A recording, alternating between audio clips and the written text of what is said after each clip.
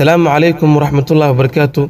دمان صاحب مال البودونين كجوجتان يسوي البودين سجارة مقالكيجا كنص دوائر جنالكيجا مدنه في الشالبرو صنعت وعن وبرنامج كيني حكمتين كنوها هدية تهداوة كحسب جنالك فضلا سبسكرايب كتاو جنبالك نفرو سياد أنو الدعوة أوري الدعوة مقالة دينا مع السندين.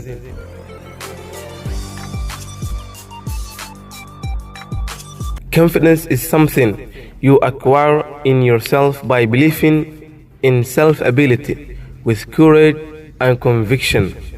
kalsoonidu waa shay aad ku kasbato naftaada adoo aaminsan kartida naftaada si geesinimo iyo kalsooni leh. Education breeds confidence. Confidence breeds hope. Hope breeds peace. waxbarashadu waxay dhalisaa kalsooni. kalsoonidu waxay dhalisaa rajo. rajaduna waxay dhalisaa nabad. The only person who is educated is the one who has learned how to learn. qofka kaliya ee wax bartay waa kan bartay sida wax loo barto. The very important thing you should have is patience.